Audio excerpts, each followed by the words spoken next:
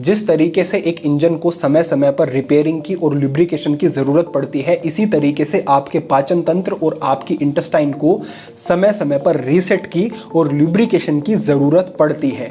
आज के इस मार्गदर्शन में हम जो अभ्यास आपके साथ साझा कर रहे हैं, ये अभ्यास पूरे आपके पाचन तंत्र के अंगों पर प्रभाव रखता है। आपको चाहे मंदाग्नि की समस्या हो, भूख ठीक से नहीं लगती है, अरुचि लगती है, खाया शरीर में नहीं लगता है, आपको आईबीएस की समस्या है, आपकी इंटेस्टाइन में गंदगी बहुत बढ़ती जा रही है, कॉन्स्टिपेशन की समस्या रहती है, इन सभी समस्याओं में ये काम करता है। ये कैसे काम करता है और क्या अभ्यास है, इसको अब आप समझें। ये आज का हमारा अभ्यास है अग्निसार का अभ्यास। अग्निसार को कैसे साधना है, शुरुआत कैसे करनी है, इसको हम स्टेप बाय स्टेप समझने वाले हैं और अंत में मैं एक छोटा सा प्रयोग आपको बताऊंगा जो आपको इसके साथ करना है। अब इससे होगा क्या?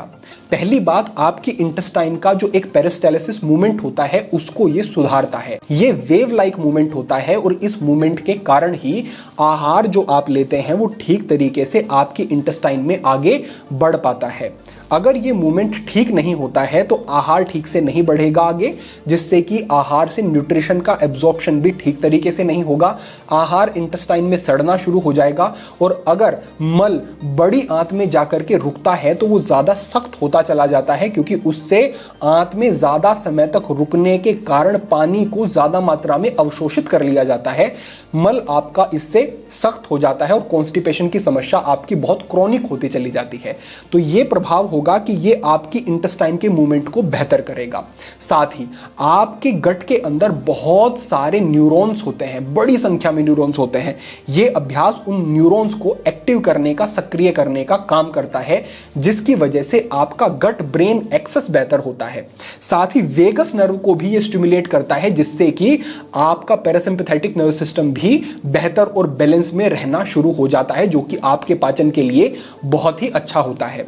साथ ही जिन लोगों को आईबीएस की समस्या रहती है, उनको आईबीएस सी होता है या तो कॉन्स्टिपेशन वाला, या फिर डी होता है डायरिया वाला। अब इन दोनों ही स्थितियों में ये काम करेगा, क्योंकि ये इंटेस्टाइन के मूवमेंट को ठीक करता है और आईबीएस में इंटेस्टाइन का मूवमेंट ही बिगड़ जाता है। इरिटेबल बाउल सिंड्रोम, यानी कि इरिटेशन एक आपके पेट में आ जाती है। तो ये अभ्यास उस इरिटेशन को समाप्त करके आपके पेट को स्वाभाविक स्थिति में लाने का काम करता है और आपको बड़े अच्छे लाभ इससे मिलते हैं। साथ ही ये अभ्यास आपकी जठराग्नि को प्रदीप्त करता है। यह अभ्यास नाभि से नीचे काम करने वाली अपान वायु और नाभि से ऊपर पाचन तंत्र में काम करने वाली समान वायु दोनों को प्रभावित करता है और नाभि क्षेत्र में जो आपकी अग्नि है उसको स्टिमुलेट करने का, उसको प्रदीप्त करने का काम यह अभ्यास करता है। तो जठराग्नि को बढ़ाने वाला है। जठराग्नि बढ़ेगी तो पाचन स्वाभाविक रूप से सुधरेगा। साथ ही जो आपके पेट के ऊपर फैट आता जाता है, जो विसरल फैट है, जो इंटरनल ऑर्गन्स के अराउंड आ जाता है, उस फैट को भी ये घटाने का, खत्म करने का काम करता है। तो ये आपके बेली फैट को भी कम करेगा। तो इस प्रकार के अनेक प्रभाव इस एक अभ्यास से मिलने वाले हैं। अब आप समझें कि इस अभ्यास को कैसे आपको करना है। तो ये अभ्यास कुछ ऐसे रहेगा। पहली बात, आपको सुबह ही इसका अभ्यास करना है। संध्या में भी कर सकते हैं अगर बिल्कुल खाली पेट है, लेकिन सुबह का अभ्यास सर्वोत्तम है। सुबह आप उठ करके थोड़ा टहल करके आप पानी पिएं, क्योंकि जो आप पानी पिएंगे वो कुछ मात्रा में इंटेस्टाइन में आपकी जब रहेगा तो इस अभ्यास से और ज्यादा गंदगी फ्लैश आउट हो सकेगी। तो आपने पानी पिया, अगर 1 गिलास की इच्छा है 1 गिलास, और अगर 1.5-2 गिलास की इच्छा है तो उतना पानी पिए। उसके बाद आप शौच आदि से निवृत्त हो लें, फ्रेश हो लें आप। उसके बाद थोड़ा सा टहलें और लगभग पानी पीने के 20 मिनट के बाद, 15 से 20 मिनट के बाद आप इस अभ्यास को करेंगे। अब इस अभ्यास में होता यह है कि आपको अपनी सांस को पूरा बाहर छोड़ना होता है और बाहर छोड़ करके बाहर रोकना होता है। अब जो ये सांस को बाहर रोकने का अभ्यास है, इसे बाह्य कुंभक कहा जाता है। अब अगर आपका बाह्य कुंभक का अभ्यास लंबा नहीं होगा तो आप इस अभ्यास को उतनी बेहतर तरीके से नहीं कर सकेंगे, क्योंकि अगर आप सांस को बाहर छोड़ करके बाहर 1 मिनट तक रोक पा रहे हैं तो इस अभ्यास को, अग्निसार के अभ्यास को आप 30 सेकंड ही कर सकेंगे, क्योंकि इसमें केवल सांस को बाहर छोड़ के बाहर रोकना नहीं है, उसके साथ साथ आपको अपने पेट का मूवमेंट भी करना है। तो स्टेप 1 क्या है? स्टेप 1 में आपको एक्सेल करना है और एक्सेल करके पेट थोड़ा स्वाभाविक रूप से अंदर की तरफ खींचेगा, उसे अंदर ही खींच करके रखना है और सांस को होल्ड करने का, कुंभक करने का अभ्यास करना है और धीरे धीरे इस कुंभक की अवधि को आपको बढ़ाते जाना है। यह हमारा पहला स्टेप हुआ। दूसरे स्टेप में आपको क्या करना है? एक्सेल किया, पूरा एक्सेल करने के बाद पेट को पूरा अंदर खींचा और उसके बाद पेट को बाहर की तरफ किया।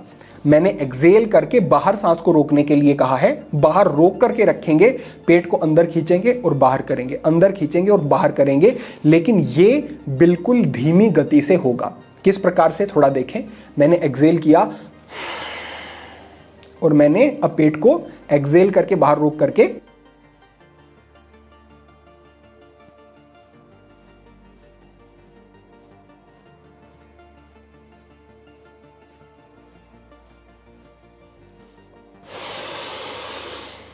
इस तरीके से किया, यानी कि सांस को पूरा एक्सेल करके आपको बाहर रोक देना है और पेट का मूवमेंट करना है। अंदर करेंगे पेट को पूरा संकुचित जितना कर सकें और फिर बाहर लाएंगे, फिर अंदर और फिर बाहर, फिर अंदर और फिर बाहर। अभी आप अपना एक हाथ, दायां हाथ अपने पेट के ऊपर रखो, सांस को बाहर छोड़ो। आपको केवल 5 बार ये करके देखना है। आपको लगेगा कि आसान है, आप कर लेंगे। तो बाहर छोड़ा,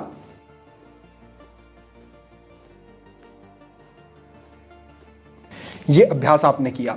जब आपका ये अभ्यास भी सरलता से होने लगेगा तो इसके फाइनल स्टेप की तरफ आपको बढ़ना है। पूरा एक्सेल आपको करना है, एक्सेल करके सांस को बाहर रोक देना है और थोड़ा तेज गति से पेट को अंदर बाहर सांस को रोके रखेंगे। मैं बार बार रिपीट कर रहा हूं, सांस को एक्सेल करके बाहर ही रोके रखेंगे, बाह्य कुंभक, और अंदर बाहर ये पेट को आपको करना है। ये कितनी देर करना है? पहली बात तो ये कि जितनी देर तक आप कुंभक कर सको उतना ही अभ्यास किया जा सकता है। कोई होगा जो 30 सेकंड तक कर लेगा, कोई होगा 40 तक कर लेगा, कोई होगा 1 मिनट तक का भी अभ्यास एक बार में कर सकेगा। जितनी भी देर का अभ्यास हो रहा है, ऐसे ऐसे 6 चक्र आपको करने हैं। एक बार बाह्य कुंभक किया, अभ्यास किया, फिर दूसरी बार, तीसरी बार, चौथी, पांचवी, छठी बार, और बीच में जैसे मैंने एक बार किया तो उसके बाद आपको सामान्य बैठ जाना है और 10 गहरे सांस लेने हैं। और 10 गहरे सांस भी ये एब्डोमिनल ब्रीथिंग आपको करनी है, यानी सांस को अंदर ले रहे हैं तो पेट बाहर जाएगा और सांस को बाहर छोड़ रहे हैं तो पेट अंदर जाएगा। इस तरीके से ये आपका मूवमेंट के साथ ये यौगिक श्वसन, एब्डोमिनल ब्रीथिंग का अभ्यास आपको करना है।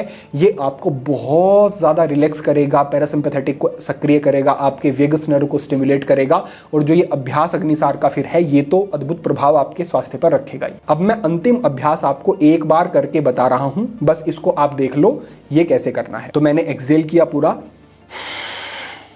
और शुरू किया।